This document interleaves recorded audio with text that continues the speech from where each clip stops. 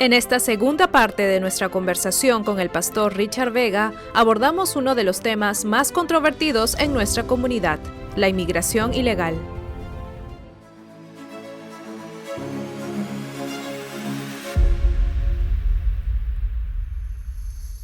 And somehow it feels like some Hispanics have felt offended that they are being put in the same group as the criminal illegal immigrants that have come through the border, that potentially are members of Tren de Aragua or the MS-13. So in your perspective as a faith leader, how have you seen that played out in Houston, for example? How are Hispanic people feeling about this situation where there are definitely illegal immigrants that are killing Americans, but that somehow it feels like if they talk about it, then they suddenly become racist, or they are talking against their own community? What would you say to that? I would say it's important for us to speak about our own community and the wrongs and the rights. It's not the Anglos or the blacks, the Asians, to speak about our community. We have to be able to address the good, the bad, and the ugly within our own. As far as them, they might not understand. People outside looking in might not understand. First off, all Latinos aren't gangbangers, and part of that whole illegal enterprise of gangs coming here. In Houston, we've had a lot of issues with the immigration because you had countries coming over here. And with the gang population, we have a high gang population in Houston already, but it was a different breed of gangs coming over here. You had the Hondurans against the Mexicans, which they hated each other. And so high schools weren't prepared for it. And then you had gang wars starting to happen out in the streets, plaguing our communities. Now, first off, they're not from our country, and they are creating crimes in our communities. And I know a lot of people might say, "Oh, well, they're not. That's not true." It is very true. In my community, there was 2 nationally televised murders from people that came from a country that preyed on 2 young girls and got killed. Jocelyn was one of them, and Maria was one of them. Maria's case, that guy got flagged at the border. He should have never been let in the United States, but the Biden administration let him in. He went to Louisiana on a sponsor. That sponsor let him leave. He came to my community. He preyed on Maria when he watched her dad go to work. I mean, that guy should have never been allowed in our country. Look at the gang members what they did to Jocelyn. That's just in my community. That's just in my little pocket of my world. And we have to be able to do something to get a hold of immigration. And let me tell you something, if you're doing the right thing, you have nothing to worry about. So what I tell everyone in our community, in our churches, make sure you're relaying the information to your community to get your paperwork in order and do the right thing. Let me help you out. If I rented a car, or I'm driving in my own home, I'm driving to my church, and my license expired, and I get pulled over, am I going to get in trouble? Yes. Right. Whose fault is it? Is it the police officer's fault, or is it my fault? It's your fault. It's my fault. So it's important for people to take accountability of their own paperwork. If you want to remain in this country, you have to follow the proper procedures and the rules, just like we all do. When our passports get ready to expire, we have to apply to a renewal. And I can go on and on, driver's license and everything else. Our insurance is on our cars. If we don't renew them, then we don't have insurance. Well, if we get in an accident or we get pulled over, we get in trouble for being uninsured. So it's very important for the Latino community to understand, if we have people in our churches that, you know, have an immigration status or whatever it might be, for them to understand the importance of making sure that they are responsible for their paperwork. And as a faith leader, how do you think faith leaders should approach this immigration issue that has divided the Hispanic community without compromising your values, your beliefs? And that has been a big topic. Here's what I told everybody, right? I've held many meetings with pastors. We are compassionate for people. We love all people, and we want to help people. It doesn't. I don't ask people if they have their green card or if their paperwork's on file. If they're needing their groceries filled in their house or gas to get to work, I'm not asking them for their documentation. In this type of scenario, what has gone on in our country, we have addressed a lot of these issues as far as paperwork for immigration. But the Bible tells us to follow the laws of the land. And for pastors, we have to, number one, we have to report and give an account for everyone that we shepherd to the kingdom of heaven. Second, we can't teach them not to steal, cheat, kill, and yet we're hiding them, or we're telling them don't worry about paperwork or just stay illegally. At that point, they're illegal. So we have, as pastors, we're in the middle, because we have to take the highest road and to be able to tell the people what's right to do. I have several pastors that right now are walking families through a self-deportation that have been here a long time. But the testimonies that we're getting is, I know I didn't follow through with the paperwork, and I know it's my fault. A self-reflection. A self-reflection, understanding, growth in an individual. So my advice is, if that's happening to a pastor and they're self-deporting, let's equip that individual to go back wherever they're from, still be connected in the faith that they're in whatever country, and let them know the process to apply to come back in 2 years, to come back in 5 years, or whatever immigration reform we're going to have for these individuals that say, hey, I'll sign up and self-deport. I was wrong. Look, if a guy has a warrant out for his arrest and he just runs from the law enforcement until he gets pulled over or whatever, more than likely he's going to serve the rest of that time. But if he shows up to the police department and he says, hey guys, I have a warrant out for my arrest. I've done some wrong. I'd like to turn myself in. Most cases, that judge is going to come and say, yeah, time served, because of growth. So I hope immigration reform would do something like that for these individuals that are self-deporting, especially if they've done the right thing, right? They might not have done the right thing in the past, but it doesn't mean that they're always going to remain that type of person. How do you think is the Hispanic community responding to the self-deportation option?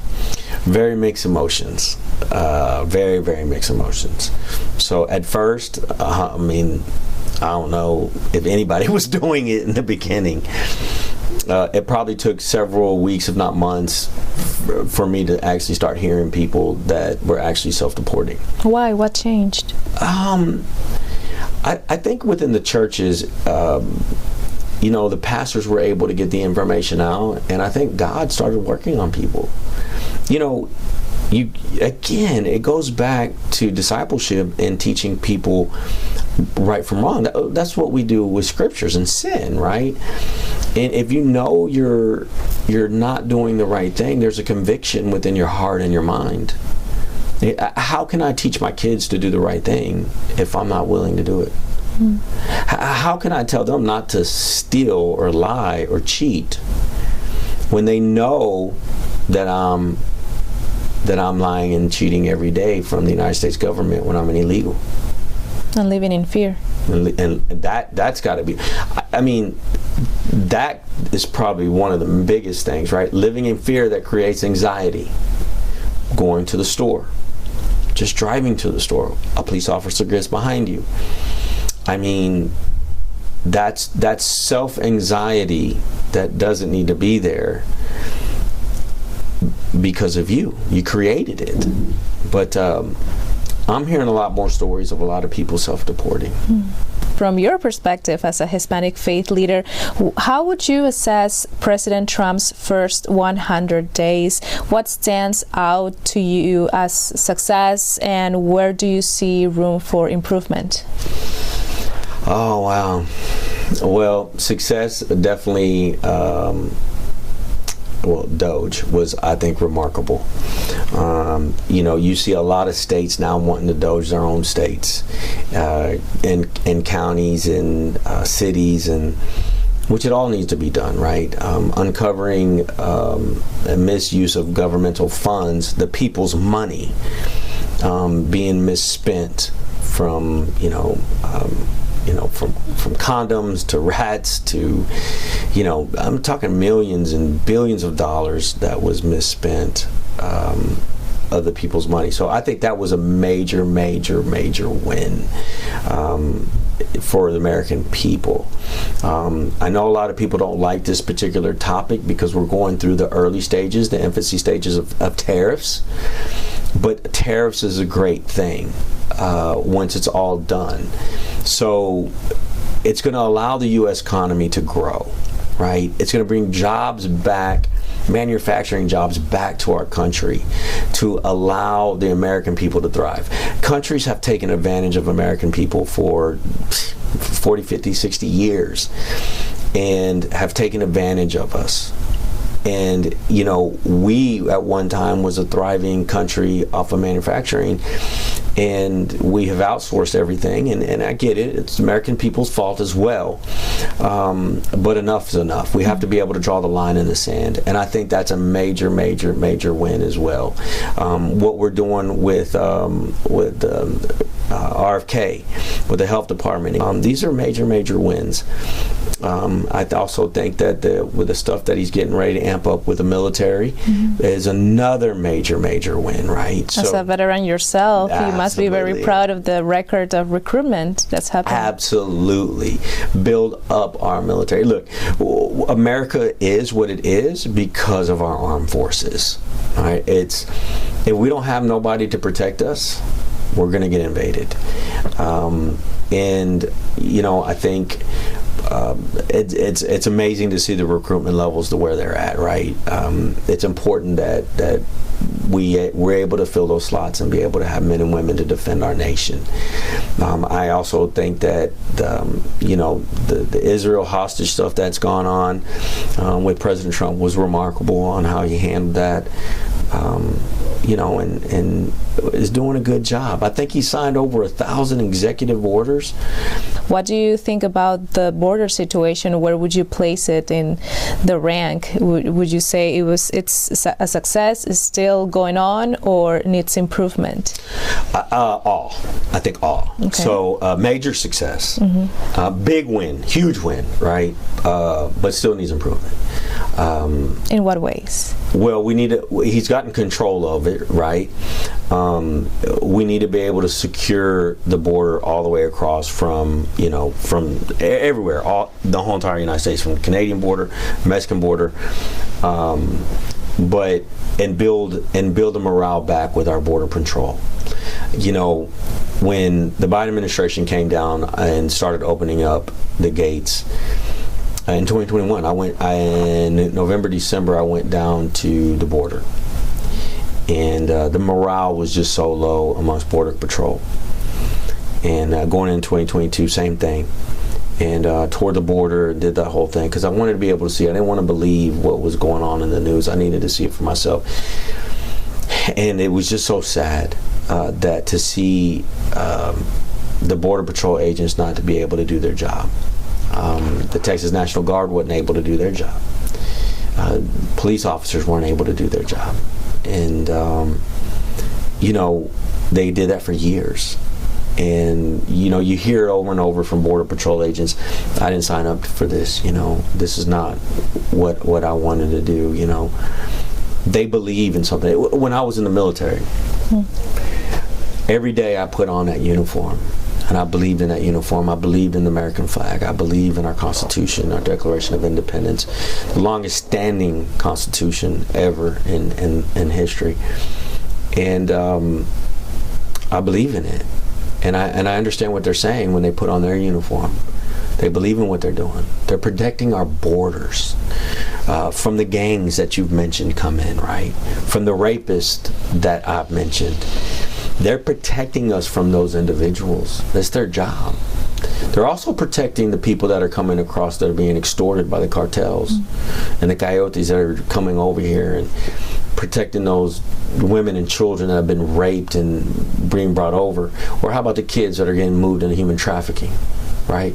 The Border Patrol agents have such great purpose, and their morale was just destroyed in the last administration. So I think there's a lot of work still to be done with the morale booster for the Border Patrol agents, but I think they're feeling a whole lot better for what President Trump has done. And yeah. And when it comes to Houston and Texas, do you see a lot of Latinos wanting to represent their communities here in Capitol Hill? Have you heard? Yes, there's a lot. So yes, there's a lot of them coming up, and it's beautiful to see, right? And I think most, Latinos, we're family oriented, right? We're strong rooted in our communities and in our faith, and what I tell people is the Latino community, we're very tight in our community, and we don't really get loud unless we have to, but we get loud within our community. The Latino community has to learn to get loud outside of our community, and I think that's starting to happen. You're seeing a lot of, and again, ladies coming up and wanting to represent and being the voice, and women have done a remarkable job for many decades. I would love to see the men to start stepping up and start saying, hey, I want to do this and that. Perfect. Pastor, is there anything else you would like to share with our Hispanic audience? I just tell them thank you, to make sure they go follow you and go follow your Spanish channel and help us get the word out and continue to spread the right message. Okay, Pastor Richard Vega, founder of At His Feet Ministries, thank you so much for joining us, and hope this is not the last time. It was a pleasure. Oh, thank you so much. Thank you.